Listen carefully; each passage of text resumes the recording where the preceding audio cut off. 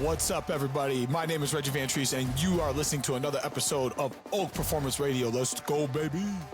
Ladies and gentlemen, welcome to Oak Performance Radio. I'm your host, Adam Lane. If you're new to the show, our goal here is to create some content, some fantastic content for athletes, parents, and coaches. We tell stories, have laughs, and go into everything that is the end game of athletic performance, helping athletes achieve their optimal performance and be the best they can possibly be. Enjoy the show.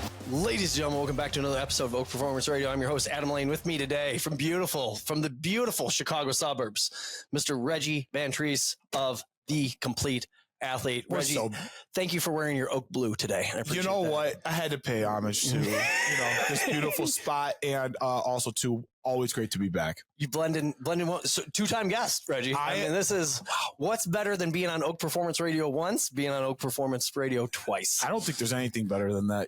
We're here, we're rocking. That's what it's all about. Let's forget, we upgraded the setup just for you. Now we're beautiful. In studio here, and this is beautiful stuff, folks. I don't know if you've been here, but if you are, I'm telling you right now, I'm selling this. This is beautiful stuff. If you're not watching on YouTube, I mean, really, that's the place to go. Not to brag, we did tick over 1,000 subscribers on the YouTube. No, but honestly, that's awesome, because I have a YouTube channel and it's got like 200.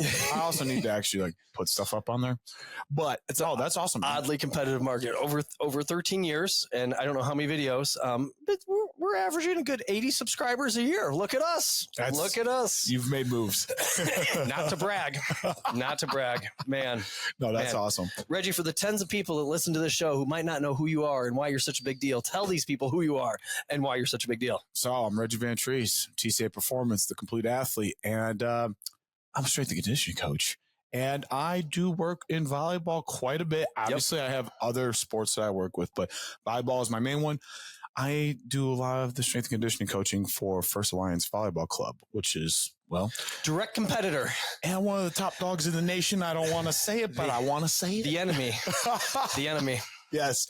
How are we getting along? I don't know. They do well. And, very competitive. Yeah. They've been around for 30 years. Mm-hmm. And I have been with them for 4. Okay. And just so happens that those 4 years have been pretty daggone good. Yeah. A lot of medals. A lot of medals have been won. Yes. National championships as well in USAV. And, we just keep things moving. Mm-hmm. Keep the kids rocking and rolling as injury resistant. Yes. For those of you who caught it the last podcast with him and I, we talked about that a little bit. I don't even remember what we talked about last time. I'm going to plug. Okay. We're back to the day. But honestly, that's the type of stuff we're doing. And, obviously it's working. And, the kids are on it. Coaches love it. We're moving. Yeah. Reggie, I want people to listen to this. I want coaches to listen to this. I want athletes to listen to this. I want parents to listen to this. Yep. And I always think it's interesting in the way of, this is where my mind goes. If a kid walks through the door and they're like, I play this sport. In my mind, my goal is, this is great. You're in whatever, you're a freshman right now. Right. We have 4 years to maximize your performance. The hot term right now is that long-term athletic development. All right. I love that idea. Yeah. Kind of cool. On the athlete's first day, that doesn't mean that you have to load them up with 225 on the back squat and, let's see what you could do. Yeah. Okay. Or on the bench. This is not the combine, Absolutely not. This is, we have time to develop this athlete. I look at my oldest son right now is 13. He's in 7th grade.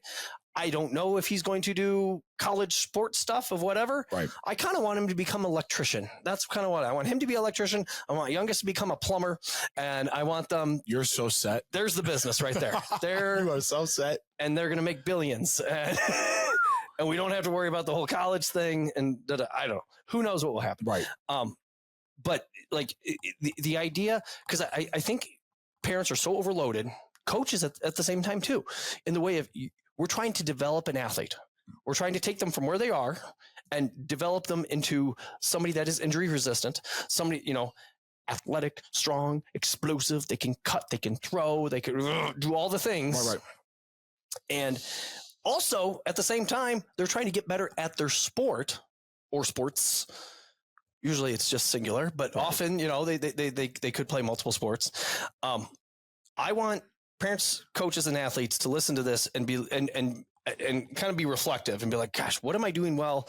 What are my kids not doing well? Or me as an athlete, what am I not doing well? Because I don't want to leave performance on the table. I've had kids before. They are ballers, dogs at their sport, weight room rookies. and they don't have the athleticism, LeBron James is really good at really good at basketball.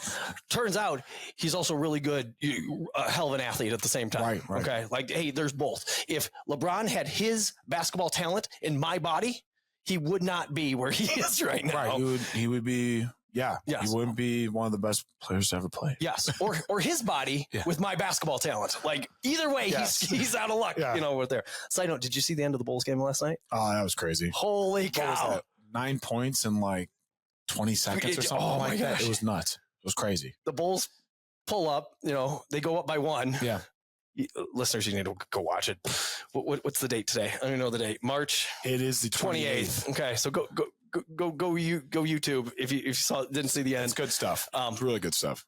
I like LeBron, but it's nice to see him lose. I'm really okay with that. Yeah. Especially because he had that game buzzer beater against the Pacers the night before. They really just did it. It's absolutely crazy. Holy crap. Let's get back to the question here. So if I'm a parent, coach, or athlete listening to this, and I'm trying to, I want to finish the race. Okay. This is not just hey, I take sports seriously. I want to do well. Whatever that is, whether it be college, whether it be all conference, maybe it's just start, get in the starting lineup. Right. Or maybe it's varsity versus JV. I don't care what it is. But like, hey, it's a long game. Okay. It's not, hey, I just get trained by Reggie for 4 weeks and now all of a sudden I'm amazing. Like, It takes longer than that. What do parents need to think about? What do coaches need to think about? What do athletes need to think about when we're looking to develop athletes for the long term? Because I feel like too much, especially when we run into the club thing, is very short-sighted. Oh, we play this weekend. We tournament this week. Oh, well, we have to shut off all the other stuff because we play this weekend, which is fine. Sometimes that happens. But then we play the next weekend, and then we play the next weekend, and then we play the next weekend. Right. Well, where's the training? Right. No, I understand. What's going on? Reggie solved the world's problems. I'm just going to sit here now. Here we go. So one thing at least from like the parent's perspective, right? And you're seeing your child playing, and they play a lot, right? And probably even honestly probably play too much. So then you can make that argument. They don't give their bodies enough time to recover, to actually get some real deal strength training in, to get plyometrics and all that good stuff. But I think, at least from the parent's perspective, I would at least say to start, what are we trying to do here? You got to think long-term plan. That's number one. This will not happen in 1 month. No, not even 2. To me, anybody who's worth their weight in anything, you'll be able to see within 3 months, are things improving? Yeah. And also too, sometimes it's not just numbers. Yeah. Sometimes it's literally just like, hey, I can move better just in general. My body doesn't feel as achy. I don't feel as tired. I have energy. Because a lot of times, even though, like we were talking about, even with like kids and energy levels, so many of them, especially the older kids that I work with and you work with, I imagine, they're knocking down caffeinated beverages to just keep themselves going. And it's like, hey, that if like you move your body to get through the day, they're knocking down caffeinated beverages. Yeah, like they couldn't do it. Yeah, they would not have made it to 7th hour if not for that bubbler, which is crazy. So like, again, the exercise portion does play into how your energy levels can actually go up. It does. And that's something at least from the parent side, we can start there. Then from the athlete side, you also have to know your body. Yeah. You have to know when to push. You got to know when to dial it back. And it can't just always be, hey, I gotta play in something. Oh, I can't do anything. Are you crazy? That's crazy town. Yeah. So I can already tell you, I know even like for like our training pieces, right? Say you have a tournament. Let's say it's like a big like a qualifier, right? Yeah. And that's a big deal. Right. And what we'll do, we will early in the week, we'll go ahead and we'll train pretty daggone aggressively. Absolutely.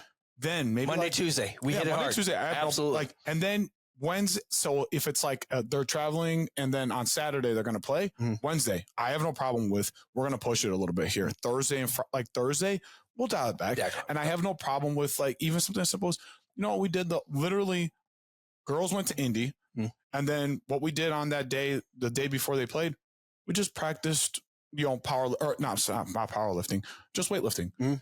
Literally just practicing form. Yeah. And just that practicing of form is already enough of a stimulus for those girls to get ready to go for the next day. Yeah. Again, nothing too crazy, but enough to where it gets them moving. Yep. And that's really the big thing on that front. It's just movement. Yeah. Move. So to add to that, so because we see the elite kids for volleyball Monday, Tuesday, Thursday. Okay. Just like you said, Mondays typically are heavy squat day. Right. I say heavy's relative. Depending on where we go with that. Tuesday ends up being typically some type of hinge, trap bar deadlift, or straight bar, whatever deadlift day. With then Thursday, and this is where it works out really well. This is like more of our fast move. Like we'll do trap bar jumps or something a little, but obviously the weight is fractional. Right. And like you said, we focus on the form. We can take it easy. Take it easy. Don't overdo it. Right. You're playing hard in 48 hours. Right. So calm yourself down. But we still want to do good work. We just don't want to sit here and play duck, duck, goose. Like we're wasting time. We're not developing the athlete. We're prepping for this qualifier, which is important, but it's not the NCAA tournament. Right. There are bigger things that we need to keep this ticking up. Yeah, that linear progression and everything needs to be going like this. Yeah. You don't want to peak now. You're not trying to peak, and you're not trying to peak in March. That's another thing I tell the girls too all the time. I'm like, what are we trying to do? Why? And parents as well, because sometimes they'll be like, well, my kid's not moving this. I'm like, it's March. Yeah. Don't you want them to be good in July? Yep. Don't you want them peaking in July? I do. Yeah. Why? Because then that means that, oh, by the way, that means they're in nationals. Yeah. That means we're ready to rock. And on top of it, between all the workloads of just school in general, then you got volleyball. Yep. Then on top of it, in the summer, they already are starting school volleyball, like camps and programs and stuff like that. So there is so much load management that needs to be put between like you and I, that, hey, I'm not working towards, we got to make sure they're kicking butt in March. Okay, cool. And guess what? So they peter in July, and then they're toast for their school season, and then that leads to injury, and then that leads to them sitting out. I mean, you tell me. I can't tell you how we have so many good kids. You probably have the same. Obviously our kids are better, but that's okay. These Rockford homegrown kids, children of the corn, suburban kids, shots fired, joking first line. No, but we have kids that like, it's tough because their school program will be not, disassociated from the club. Right. And we have a lot of the high school coaches that will coach the club, but many that don't. And then it's like the club coach or the school coach doesn't have any clue of what this athlete did all during the season. Right. But then all of a sudden July hits, and be like, you're mine now. We have all these, we have all the school training going on, and we have the summer league stuff going on.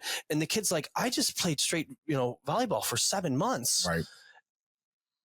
But then they feel guilty. So they will strap themselves out of bed, in July and go and do the things, because I hate to say it, some of it because they feel bad. Like, and they're typically the better ones on their team. They're usually your harder workers. They're the leaders. They're the captains. Right. So if so-and-so is not there, be like, oh, Sarah's slacking off. Like, no, Sarah's dead right now. Sarah might need a break. Right. But Sarah will often show up. And so then, like we talked about, then there's no break. Right. And then they go and they go and they go. And then, July turns into August. School volleyball starts. Season. And now we practice every day. That's the big difference between club and school. Practice Monday through Friday. Sometimes weekend tournaments through school. Yep. Sometimes not. But like, you're swinging dang near every day. And you get all the way till October-ish. And depending if the team does well, November. Yeah. And then guess what? 3 weeks after that, right back to club. Welcome to club. And now you've done that for 4 to 5 years. Yeah. And then you wonder why you have tendonitis issues, why you have shoulder issues, why you have hip issues, knee issues, all that type of stuff. And that's something, like I said, that's something actually to the high school coaches on that front. That's something where I'd be like, hey, load management will serve you tremendously. Yep. It really will. And just even like the club coaches as well. Same concept. How do you have a good way? Because what's really interesting to me, Vert. Are you familiar with that company? Those guys, Vert. So they have the little belt strap. Okay. That it.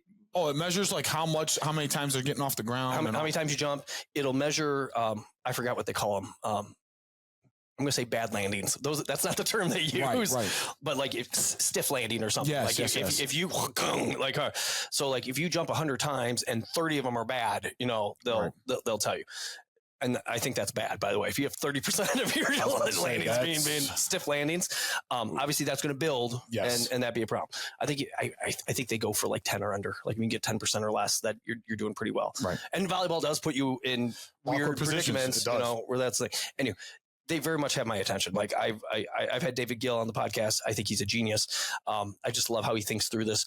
From a load management standpoint, I think that's great. Like, all of a sudden, hey, I can put this, connects to my phone. Right. If you have a team, it connects to an iPad, and then you could see the whole, whole deal. From a load management side that you're talking about here, if I don't have access to something like that, if I'm a high school coach, how do I know? Or if I'm the parent of a kid, how do I know if my kid's doing too much, they're not doing enough? How do I make sure that we're managing the load appropriately? Right. Well, I think at least from a parent side, what you can tell is like, how does your kid sleep? Like, if it's really sporadic or they don't sleep a lot at all, that probably just means that their central nervous system is fried, and they need that time to actually get themselves into like a deeper sleep. All right. That's the first part. And also too, even like how they eat. Are they really hungry late at night? That means they didn't eat enough carbohydrates during the day to actually be able to sustain those levels of energy and stuff like that. So those are like the two, at least from like a parent standpoint. I could be like, listen, if your kid's eating habits get weird, or if their sleep is weird, then go ahead and check that out. Can I add to that?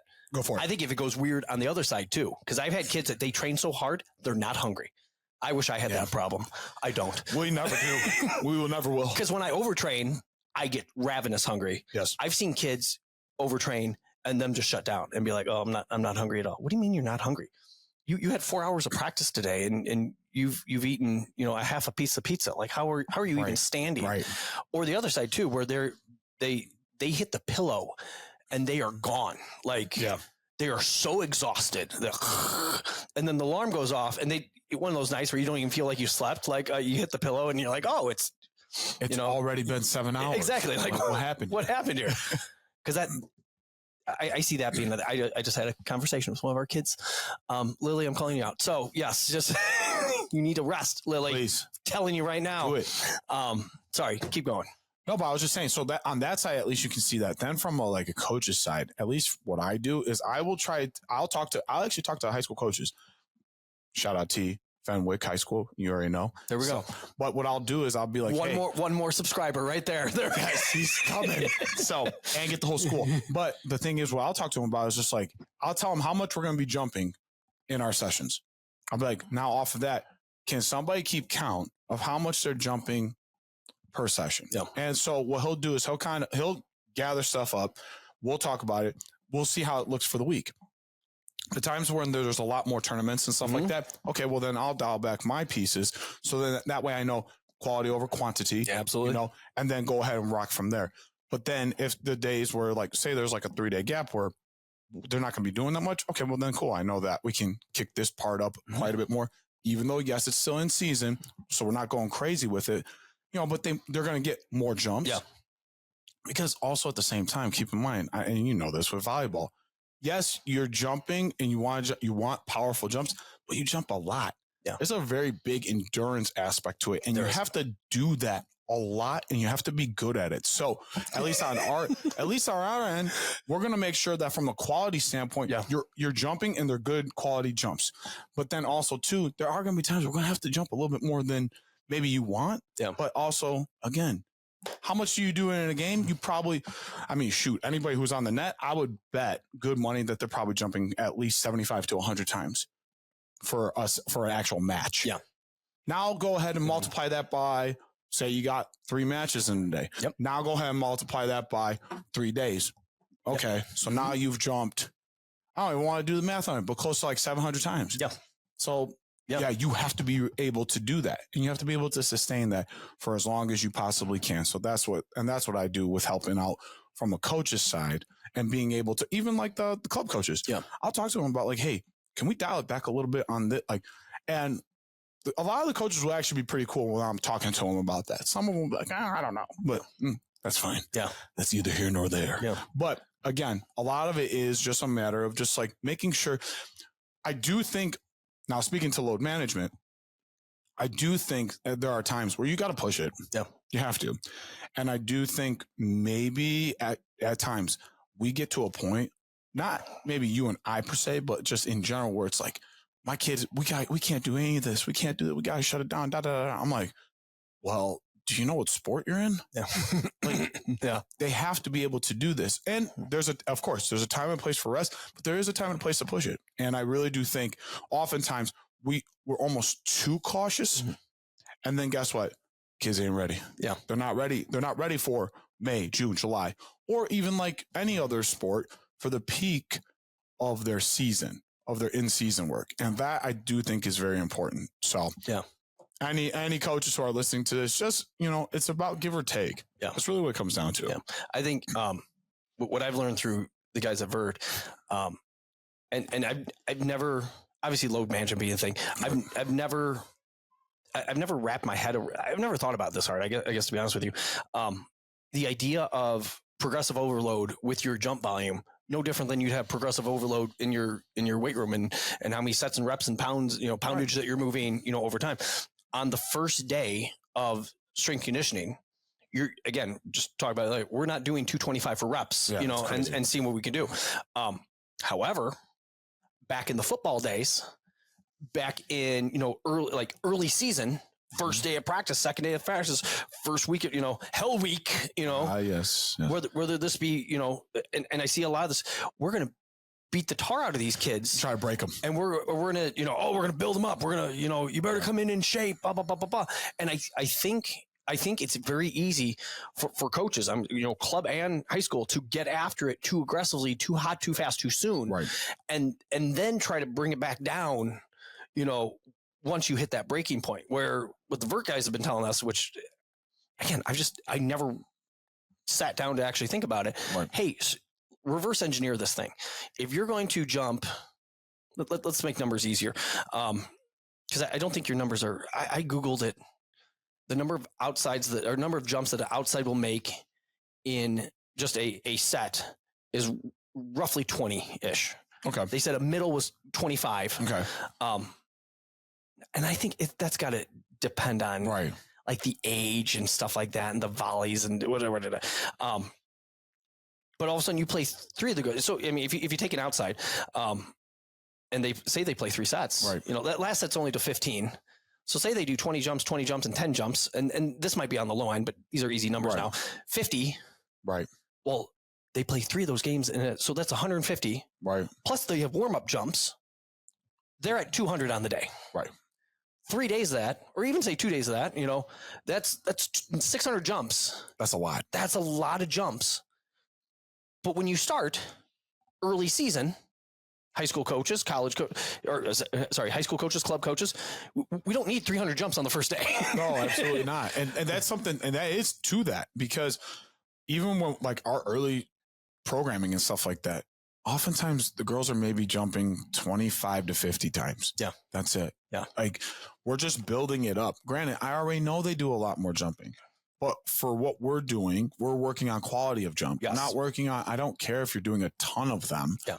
And that's something, even like right now, like it's March. Yeah. Guess what? They're still jumping a ton. They've now been in big qualifiers and things like that. So now it's a matter of, okay, let's see if we can get a little bit more velocity when we jump, or a little bit more power when we jump. But guess what? At the same time, I'm not going to have you jump 100 times in a session. That's actually stupid. Yeah.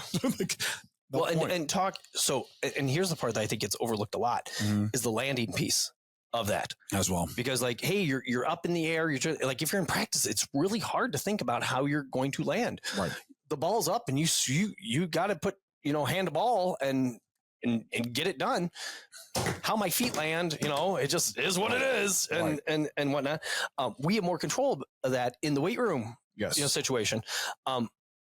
When you can get complex with like absorbing the ground and stuff like that.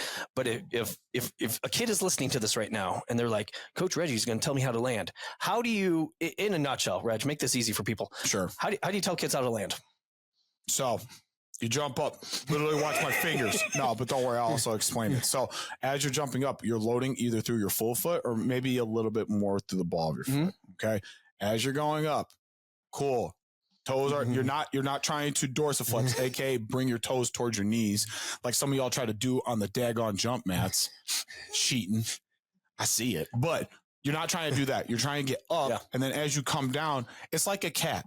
When you watch a cat land, they don't land flat. Yeah. It's pretty much ball of foot down. Now, granted, obviously in volleyball, you're not always going to be able to land just like that, straight up, straight down, right? But in some way, shape, or form, you're going to be landing some part of the ball of the foot and then making sure everything, it's almost like, it's like daggone dominoes. When you knock them down, it's, and that's how you want it to land. And again, it's not going to be perfect every time. So also too, that's another reason why you do want to practice landing in different ways, not just straight up, straight down. Land diagonally. Go ahead and for those of you out there who are talking about something tangible to like actually do this, do like a crazy eights. And what I mean by that is like 8 different directions, right? You go ahead and jump, and then you do 8 different ways of how you can jump.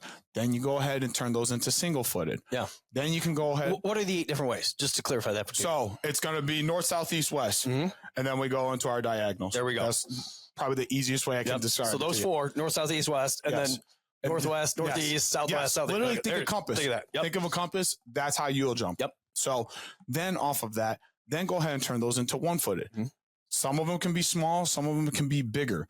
And when I mean bigger, I mean more of, think of your leg as like a piston, right? Of like an engine. So it's up, it's down, it's up, it's down. Now, how about you go ahead and actually bring your heel towards your butt and then land, as opposed to just kicking your butt, like kicking your heel towards your butt, trying to do butt kickers and stuff like that. Or you just are always landing so stiff. That's actually right now we're in that phase where I'm just working on some pieces with regards to, hey, it's the middle of the season. Let's talk a little bit more about our landing. I'm starting to see things. Fortunately, no serious knee injuries or knee tendonitis or anything like that, which is great. But at the same time, I'm like, let's go back to this part of the basics. So that way you're all good to go for later on down the road. And especially as fatigue starts to become a factor too. Now it's like, oh, well, this is so muscle memory for me that it doesn't even feel like anything. It feels normal. Right. So those are the ways that we'll do it. And also too, even like small hurdles and big hurdles. And by big, I mean like, go ahead and toss it up like 12 inches or something like that. Even the big dogs, like the 21, 24 inch ones, even when you jump over that, gather step it, hone in on, you're not trying to land all ball of foot and you're jerking forward. Stick your landing. Work on that. And again, you start doing that more and more, all of a sudden that just becomes second nature. The small hurdles, another way you can do that, 2 feet, just bunny hop it. Then go 1 foot, bunny hop it, other foot, bunny hop it. Then go ahead and think of it like your leg is like a pistol, where now you're trying to shoot. Then you can also do, one of the things I've been doing quite a bit more this year is adding bounce. I'm telling you right now, and it has helped a lot in regards to just how the kids' relationship of their foot meeting the ground and being able to push off the ground has actually helped out a lot, especially because of the single leg work. Because again, there's going to be times you're going to land on the ground and it's going to be kind of flat. But can your body actually absorb what is it picking up what you're putting down? That's really what it comes down to. And I really do think that has helped us out tremendously. And also too, it builds. It builds your body. It builds those tendons and ligaments to be able to withstand those types of forces. So in that way, your tendonitis issues maybe aren't as significant.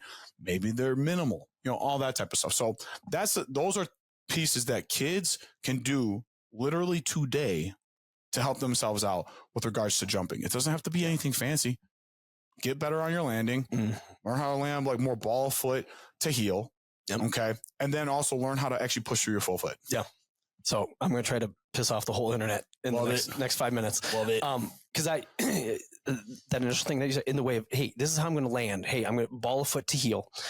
No different than if you're jumping rope. Like you're jumping rope, ball of foot heel, ball of foot heel, ball of foot heel, ball of foot heel. There's nobody that's just, if you're just on their ball of foot. If you're strictly on ball of foot, something's up and you're probably going to wind up actually breaking something. Well, and this is what, and I kind of have a hard stance on this, but I understand where there could be some gray area. I am not a big ankle brace fan because I feel that when you put a governor on that ankle. If you have a crappy ankle, if you're trying to come back from injury, I get it in that point. Right. But like if you numb up that ankle and it can't absorb the force, it's still the same force coming down either way. Right. Okay. But if this ankle now doesn't absorb the force that it should, because you're trying to rely on this piece of cloth that's wrapped around, your ankle, all of a sudden you're going to dump more on the knee. Yep. You're going to dump more on the hip. Yep. Low back, something up the chain is going to get a little wonky. And then the ankle's not going to function the way you want it to. It could get, depending, I don't want to say it could get weaker, but it could get weaker, right. If you're not using it the way it's intended. Intermittent use of ankle braces, I don't have any ankle issue with. But that's where we always talk about triple extension when you're trying to jump high. Well, I think a triple flexion when you're trying to land. Right. I want that ankle to bend. I want the knee to bend. I want the hip to bend. I want to absorb, the ground when we do that. To land like a cat. It's like an accordion. Yeah. If you think of it like that. Yeah. And like a landing like a cat. And by the way, I 100% agree with Adam here, because I think ankle braces are actually more detrimental than they are helpful. And I know the ankle brace industry is going to hate us right now, but like you said, we're not selling ankle braces here. Definitely not. We're selling be better athletes. That's it. Yeah. So, but I agree with you, because even in practices, I try to get the kids there. I'm like, yeah, don't wear them. Yeah. And most of them don't. Yeah. Most of them don't. If you're healthy, I don't. True. Yes. I don't see the need. Right. If you're not healthy, completely different ballgame. But I have kids that are addicted to them, and they're 14 or 15 years old. Oh, Adam, I have bad ankles. You're 15. You don't have bad anything. Yeah. You're 65. Yeah. You can have a bad something. Yeah, nothing's bad yet. Yes. Don't you worry. Bad. Like that's how we're labeling this. Oh, right. I have a bad. Stop yourself. Like, yeah, I do agree. Like I said, I think because of the fact that you actually want to make sure all those tendons and ligaments and all the intrinsic muscles of your foot actually can take on what you are asking it to do, the flexion and extension, like you were saying. Again, it's an accordion. It's like, and if your body can't take on that properly as time goes on, especially if you jump a lot. Yeah.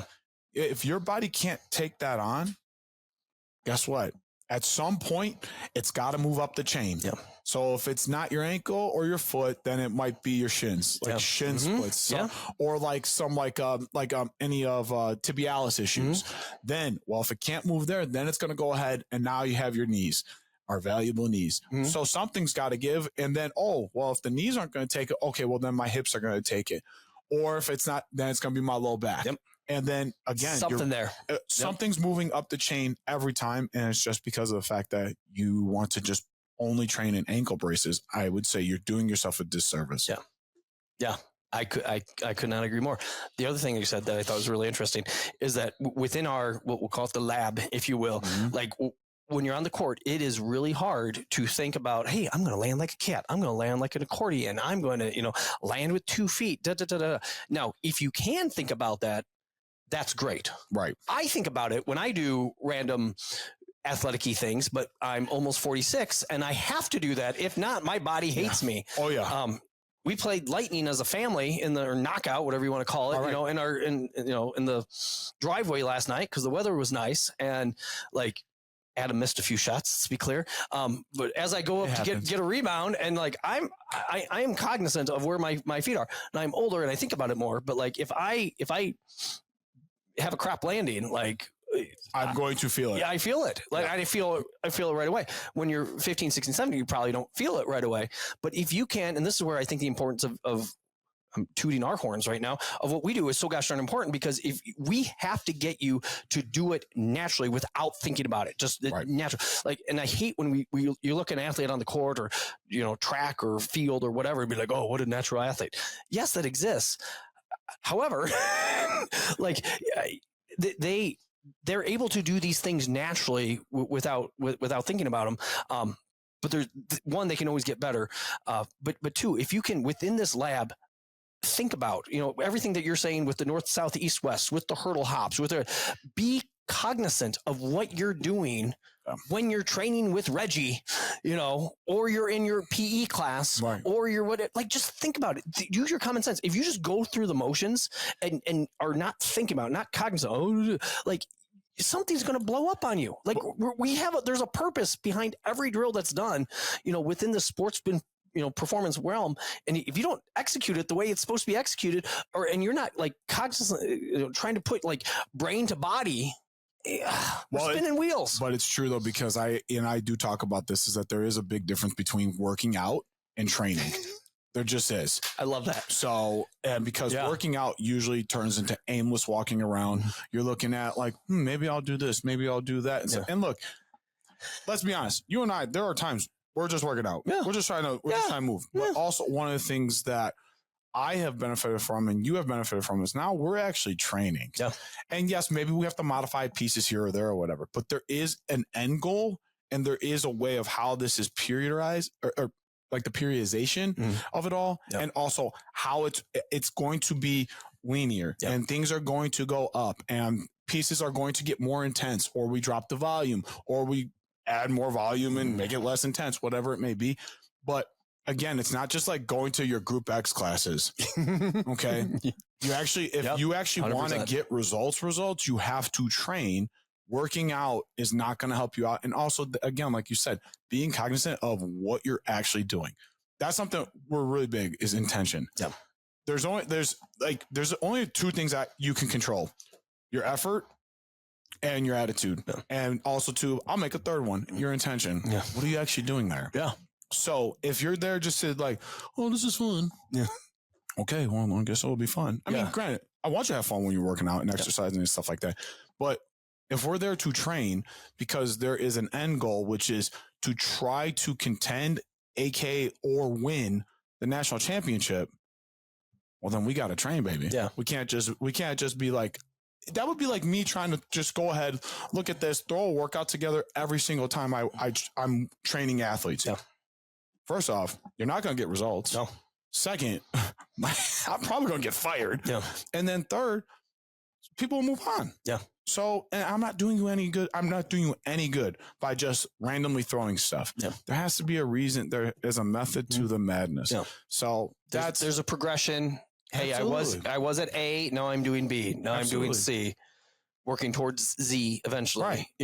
Right. But you just can't jump A to Z. Right. And again, which I feel like a lot of strength coaches do, Reggie. I feel I'll watch things on Instagram and I'll see 15-year-old kids doing training that Myles Garrett does. And it's just like, Myles can do it because he's the best defensive end in the NFL and a freak of an athlete. And now you're trying to get your high school freshman to do exactly what he's doing. They're not there. They're not ready for it. It won't work. It's not going to work. Yeah. And speaking of that, let me go. It looks sexy on the Instagram though. Oh, it's so beautiful on social media. Oh my God. Look, well, guess what? You're not Myles Garrett. Yeah. Sorry, I hate to break it to you. Me neither. Yeah. Yeah. And that's okay. Yeah, that's okay. And you can still get a lot out of just strictly following programming and working towards your goals and stuff like that. Yeah. You really can. So not to completely go off topic here, but I do think it's so important when we think of this long-term athletic development piece, like kids, like we're talking, hey, they're a natural athlete. They just have natural this, that, they're natural spring, they're natural this. They're all those drills that you listed off earlier. They're good at those things. Oh my gosh, they can hop forward and lateral, and they can do that little cycle with the leg, almost like your triple jumpers, long jumpers, and we just had the. Do you know Tommy Hansen, freestyle jump guy? He does what we do for Top Flight. Okay, is that in Elgin? That is. He's in Elgin, whatever is in Elgin. Okay, cool. But like he does some fantastic plyometric stuff on his, with his kids, and progresses it beautifully. Again, forward, backward, lateral, sprinting, change it. Like he's really into it, and I think does it in a very, very appropriate manner. I lean a little bit more to the strength side than what he does, but I mean, gosh, we overlap most of the same with us. Where was I going with this? I think it's interesting that when we ask these kids to do these athletic-y endeavors, sprint, run, jump, hop, skip, bound, when you have kids that have grown up doing a multitude of different activities, sports, let's say, a multiple, and then all of a sudden you have them do stuff like this. Like there are some kids that will be absolutely great at a 2-foot approach jump on a jump mat, and they will look amazing. However, if you have them bound, it looks like they were shot in the hip, and they're and they can't put one foot in front of the other. Together. And actually, like, we'll have kids bound, and like it just looks like they're just throwing their leg out, and like they're just doing like long stepping. I'm like, we're not power walking here, friends. There's no bend in the knee. We're trying to jump up in the air off of this single leg, and they can't do it because their entire life has been 2-footed jumping, with volleyball. But kids who have played basketball, or they played some soccer, or they've done some other thing I just think it rounds off the athlete really, really, really well. I'm not saying you have to be a 3-sport athlete until you're a senior in high school, but I'm saying if you're able, if parents, you're listening to this and your kids are, 5th, 6th, 7th grade, I am a proponent of doing lots of sports. That's what we're doing with our kids right now. It's not always easy, right? Because a lot of these club seasons will not just last 3 months. They'll oh my gosh, the overlap. Yeah. Oh, it's brutal. It is. I think we have found a nice little cadence right now, but it's not easy. Right. It's not easy at all.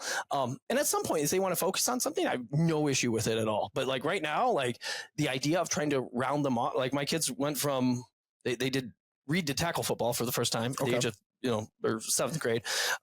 Quinn did flag. They went into wrestling, and now they're both doing lacrosse. And so now I feel like they're finally getting some little hand-eye coordination stuff, because we've never been baseball people. Right. I was a very, very average baseball player back in the day, so I didn't want to put them through that. I don't know. It just whatever worked out. But like, there's also that like on the field cutting stuff. There's some contact with it. There's teamwork, seeing the ball, leading people, like which connects to football, obviously in some nice ways. Also on a field, also with some contact. Football or wrestling the same way. There's some contact there. So I don't know. This is my shameless plug for like trying to do multiple sports with kids, and especially at younger ages. Right. At older ages, I think you have to be careful with how, like we have some 16s and 17s right now who they might be playing soccer and trying to do club volleyball at the same time. Yep. And they are freaking exhausted. Well, and that's where like you got to figure out the load management aspect. Load management stuff. Right back to that. Right back. We circle this thing. Yeah. But seriously, I think the whole aspect of sports diversity, sports diversification, if you will, that is so huge. Over the years, I've worked with pro athletes and stuff like that as well. And every one of them will tell you they've played 3 or 4 different sports and when they were younger. Yeah. And then on top of it, once they got to high school, they maybe played 2 or 3, maybe 2. And then by maybe sophomore, junior year, then they decided, okay, I'm going to go ahead and focus on the one. But the ability to actually play a multitude of different sports, as opposed to just you only can play this one year round, that's going to help your kid out so much more. That's going to help you out as an athlete as a whole. Yeah. Just because, again, even parents, let's be real. How many of you only stuck with one sport back in the day? Yeah. I doubt many of you. Mm-hmm. You probably played 2 or 3 sports. Yeah. We didn't have the club thing back in the day, but that's what I'm saying. Mm-hmm. So it's like, why all of a sudden are we trying to restructure the wheel? Mm-hmm. The wheel works. Yeah. So if all of a sudden that aspect of playing multiple sports was something that helped us out over the years, why are we now starting to try to change it? Well, I could tell you why. It's probably because some clubs want your money really bad, but at the same time, it's again, don't change up something that works very well. Yep. You need diversity, not adversity. You need a little adversity, but you need you got to overcome things. Yes, absolutely. But you need diversity when it comes to sports, because if you don't, again, then you get into your overtraining issues. Mm-hmm. Then you get into overuse of different body parts, and guess what? Now all of a sudden you get hurt. Or every year, right around March, April, and you're having tendonitis issues. Then that's going to last for 2 to 3 months because you're not going to slow yourself down. Right down the line. Yeah. As opposed to if your body does many different things. I'm not saying that all of a sudden you won't get hurt.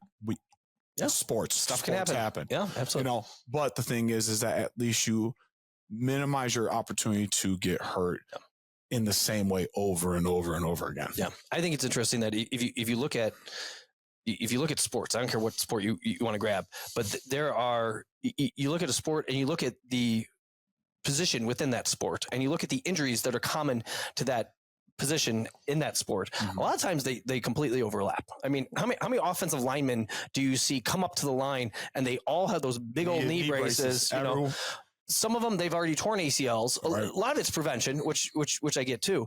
But like in that offensive lineman ish type thing, they're very. I mean, to quote like the force plate Sparta Science stuff, they're very high load. They're very low drive. There's not a whole lot of extension. They're so strong anteriorly. Like what's common? Hey, this type of ACL deal going on. Right. If you're a defensive back. Okay, a lot more groin hamstring stuff, like, of course, because it's hard cuts. Oh, so it just change of direction. It just so if you do that, and there's also, and not to get too far off topic here, I do think there's something to be said about the nice little mental break that kids will get. Of course, when they I'm going to put that sport behind me right now because that season's over, and now I'm going to open this new book, and it's a new book. Hey, this is right. This is kind of exciting. It's refreshing. It's new teammates. Yes. It's new. I know when my oldest did some club stuff. It was a 9-month soccer season, and by the end of the season, it was difficult sometimes to to even get motivated endure some and some of the teammates who not everybody gels all the time, and of course I had teammates that sometimes we didn't gel. Yeah, well, and I think there's a difference between you gel for 3 months of a season versus you have to gel for 10 months of a season. Like, and also too, these kids, they're not pro. No. If you're a professional athlete and you're getting paid to do this, okay, well then you got to figure out the gelling aspect. And also too, like look at like Shaq and Kobe, they weren't the best of friends. No. But they also knew how to win. Yeah. And they did a lot of it. Yeah. But the thing is that, again, you're not a professional athlete. Yeah. So I don't know. I feel like mix it up a little bit. Yeah, absolutely. Reggie, I don't want to go too far forever here because we got to train. We got to work out. The weights don't lift themselves. That's what I know. What do we miss? What do you wish we would have touched on? Oh, I got a quick rant to go on. Okay. This is to go to all strength coaches. Stop lying to your kids about the fact of the numbers that they're hitting, just so that way your philosophies can be shown that, all of a sudden your programming is the best. And what do I mean by that? What do you mean by that, Reg? I know of some strength coaches that toss a lot of BS about like when they do like they'll have like the just jump mats, right? Which by the way, those are trash. Anyways, so what happens is they'll jump on them. I love this rant. Increase about 5 inches, and then I got kids telling me, "I'm jumping 32 inches." No, you're not. 32. Do you know how high 32 inches is? I'll be honest with you. Okay, yeah, keep climbing. Your feet are getting this hard off the ground. Right, like 32 inches is crazy. And I'm like, and then I'll see in the daggone social media post, I'll see a box that's 24 inches, and that's how high you're getting. And then telling me I'm crazy and my stuff's wrong because of the fact that I'm like, you're jumping 24 inches. I'm not jumping 24. I'm jumping 32. My strength coach told me I'm jumping 32. Okay, well, your strength coach is a liar, or they're fibbing. I hate to break it to you. They're full of crap. And again, then all of a sudden I'm the bad guy because I'm keeping it honest with them. Be like, yeah, you're not jumping 32 inches. Sorry. 32 inches. Okay. Y'all are not here. This table is like probably like 36 to 38, maybe like a little higher. Yeah. So I'm going to say 40. Okay. Yeah. So guess what? So you're telling me you're only about 8 inches less than this? Yeah. No, sorry. I'll be honest. Even like of the kids that I have and athletes I've worked with over the years, and I'm talking about college, youth, pro, I have seen 8 jump over 30 inches. Realistically. Yeah. Like, and I'm talking like sky's the limit. You could jump under them. Yeah. Type of thing. And one of my best athletes, he was jumping like 38. That's so rare. It's so rare. Like, I don't think people understand how rare that is to even get post 30. So let's talk about this measure here. So typically you go to the NFL Combine and they have their Vertec, right? And they stand there and they put an arm up. Oh yeah. And they adjust the Vertec to where that arm is. Yep. Now it's really easy to screw with the shoulder and like protract, retract, with that whole thing. But they'll tell you like, no, this is how you got to do it because they'll show. Yeah. And then once it's set, you drop the arm. Now you jump as high as you can and try to touch as high as you can. And your typical NFL guy who's a dog is in the 30s. Like they're 2.5 feet above the ground. Right. And if you're a 15-year-old is 2.5 feet off the ground, that's pretty friggin' incredible. Right. And it is funny. Those Just Fly, is it what is it? Just Jumps? The Just Jump mat. Just Jump. I use a Plyomet, which by the way, shout out to Plyomet. thank God you guys are honest. I appreciate that. Yeah. Well, it's so I had Tommy on the podcast a week ago. Mhm. He said the same thing, that he really likes. Did you know? Maybe you probably do know this, that you can adjust. Yes. There's the just jump feature on it. Yeah, I thought that I was don't know what is that? That's such a funny troll. Is it? I love it. It's such a funny troll. But it goes to show you that, yeah, like, again, stop lying to these kids. Yeah. Because it makes our jobs harder, because then I'm telling the kid, you're not jumping that high. Yeah. Granted, you're jumping 24 inches. That's still pretty daggone high. For a 15-year-old, that's pretty you're getting some pop. Yeah. But again, you're not jumping 32. No. I don't know what to tell you. Yeah. Like, and it's just, that's something I'm probably going to go on a Reggie rant here in a little bit anyway about that. But I just think you're doing strength and conditioning a disservice just because you're trying to show that your philosophies are right. Yeah. And the problem is that now you're making us look like we're the liars. Yeah. And then on top of it, then the kids have less belief in us. And then on top of that, all of a sudden now the parents are like, well, this training isn't working. What do you mean? Yeah, it is. Like, your kid's actually doing better. They're moving athletically. They're moving better as a whole. And it's just, again, and then my second piece on this. Can I add to that really quick? Go for it. So this is why our kids hate me. So we used to do the Sparta force play thing. We've now transferred to Hawken.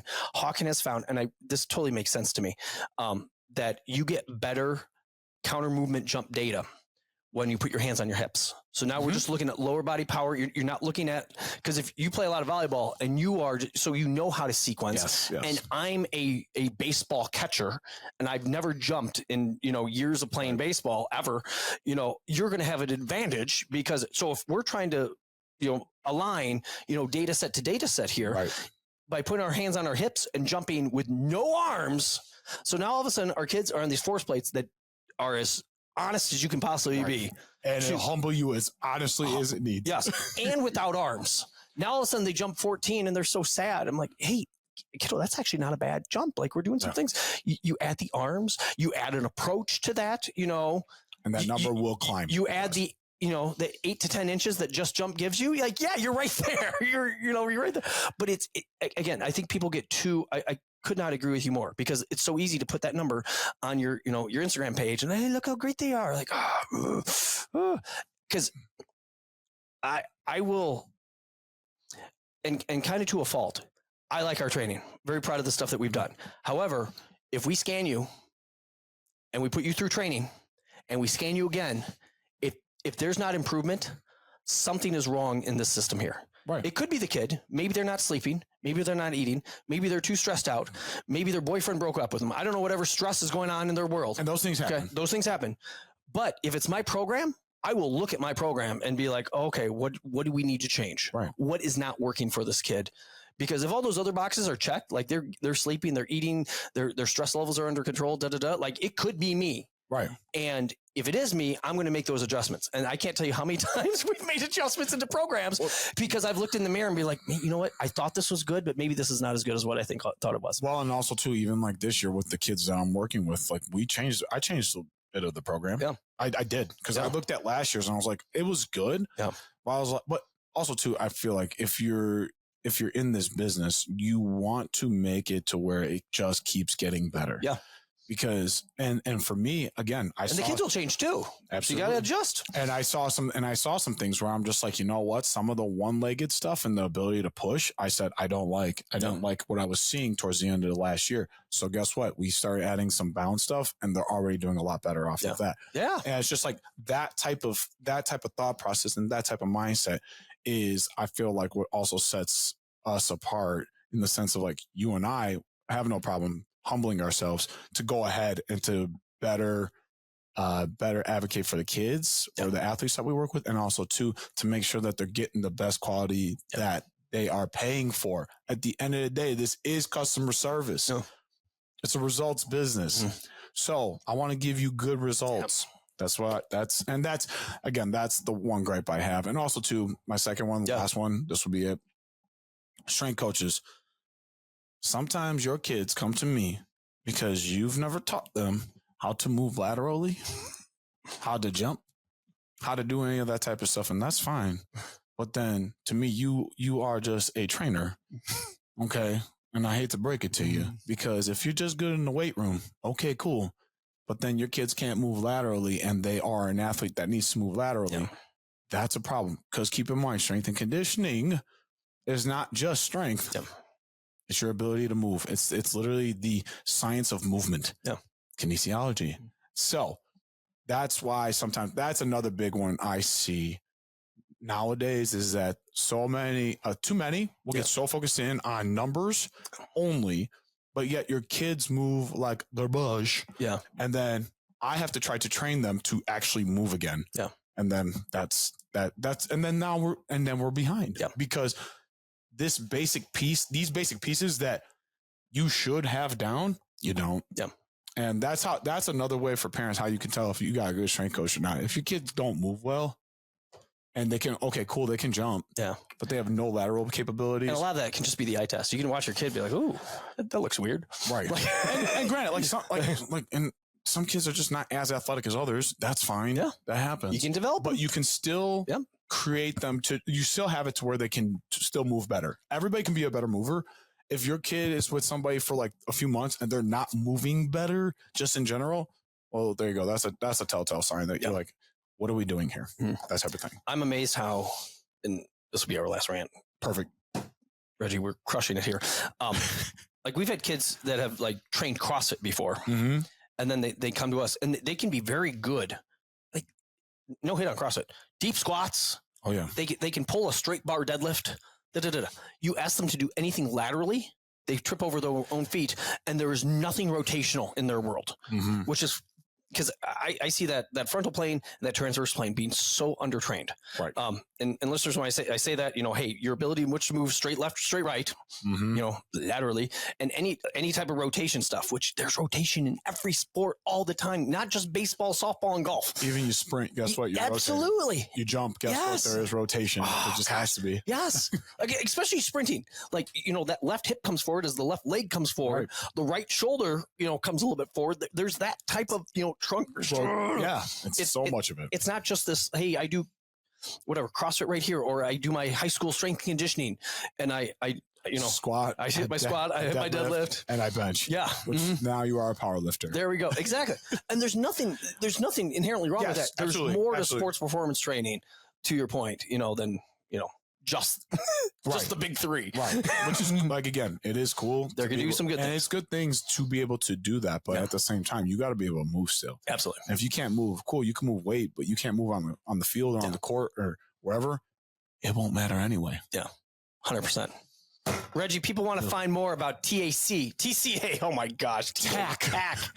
Just change your name, buddy. The Complete Athlete. Where do they go? Because you are a social media, I was going to say God, but that's not the word. I wish.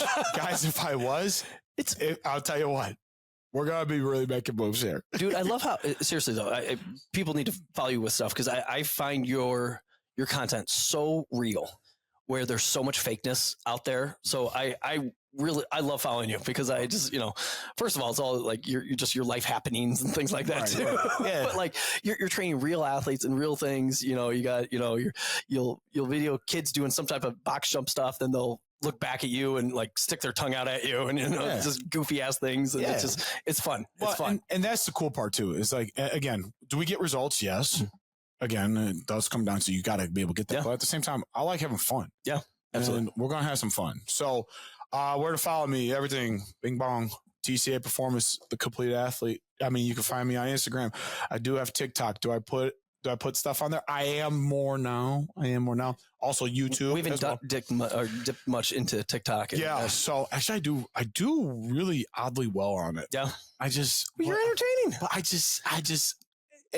I have to just do it more. I have to be more diligent. But I have a YouTube channel, same thing, TCA Performance, Complete Athlete. Everything is that. I'm working on a new website to get that going as well. Okay. And on top of it, also working on some other pieces to get the volleyball sports performance side more nationwide. Yes. To get more access to the things that we do. There we go. Love it. Pretty dope. Guys, we'll link all this stuff up in the show notes. But yeah, if you want just more more Reggie, which I've never heard anybody, can I have less Reggie? No, nobody's ever said that. And all this hair too. Yes. I'm glad we got the headset on because I didn't know. I was like I'm like pushing it right now still. I didn't know it was going to work. We can make it work. We got it. Worry. We got it figured out. Reggie, I appreciate you coming out. This is going to be the second of many. So I'm excited to see the future shows. We've got some things planned that will come down the pipe. It's going to be awesome. Listeners, you get excited. You get excited. Reg, appreciate your time. Love it, man. Thanks for coming out. Appreciate you, Adam. Listeners, thanks for listening. We'll catch you on the next one. Let's party. Ladies and gentlemen, thanks again for listening to another episode of Oak Performance Radio. Don't forget to check us out on the social at Oak Performance and online at www.oakstrength.com/Oak Performance. Thanks for listening, and we'll catch you next time.